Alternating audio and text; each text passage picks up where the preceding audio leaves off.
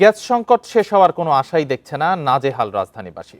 বাসাবাড়ি, hotel ও দোকানে রান্নায় চরম ভোগান্তিতে বিভিন্ন এলাকার মানুষ। কোথাও কোথাও সারাদিন গ্যাস না থাকায় রান্না করতে হচ্ছে গভীর রাতে, কোথাও আবার লাকড়ি ব্যবহার করছেন ভুক্তভোগীরা। তিতাস কর্তৃপক্ষ বলছে খুব দ্রুত সংকট কাটবে না। রাজধানীর হাতিরঝিলের কুনিপাড়ার বাসিন্দা নাসিমা আক্তার। বাসায় লাইনের গ্যাস থাকলেও ভোর থেকে দুপুর পর্যন্ত কোনো কিছুই রান্না করতে পারেননি।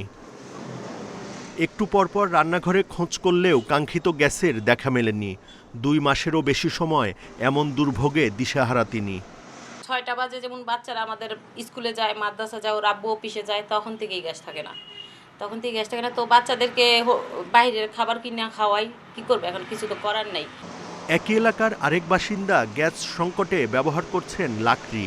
যে একবেলা রান্না করলাম, 2 বেলা খাইলাম, কিন্তু তারপরে যে বাঁশ কাঠ লাগাই দিতে হচ্ছে এখানে। তাছাড়া তো কোনো বলকই না উঠলে তো ভাতটা হবে কেমনে, ওইভাবেই থেকে যায়। বাঁশটা দেওয়ার পরেই এই যে গরম হচ্ছে, নাইতে তো হয় না। এদিকে প্রায় দ্বিগুণ দামে গ্যাস সিলিন্ডার কিনে ব্যবসা চালাচ্ছেন চা দোকানি, যার নেতিবাচক প্রভাব পড়েছে ব্যবসায়। তিতাস গ্যাসের সংকটের পাশাপাশি সিলিন্ডারের দাম বাড়ায় সংকটে হোটেল ব্যবসাও। গ্যাস আসিল 1250 টাকা, মানে এই গ্যাস 2500, 2200, 3000 হেও আমরা পাই না। অনেকটা চুলা জ্বালাই, চা আগে 10 টাকা বেচছি, অন্য 10 টাকা বেচা কোনো কিছুই নাই, সব ঘাটতি। আমাদের দোকান রানিং রাখতে গিয়া আমরা আজকে 2500 করে গ্যাসগুলো আনতেছি, কারণ কাস্টমারগুলো ধরে রাখতে গিয়া।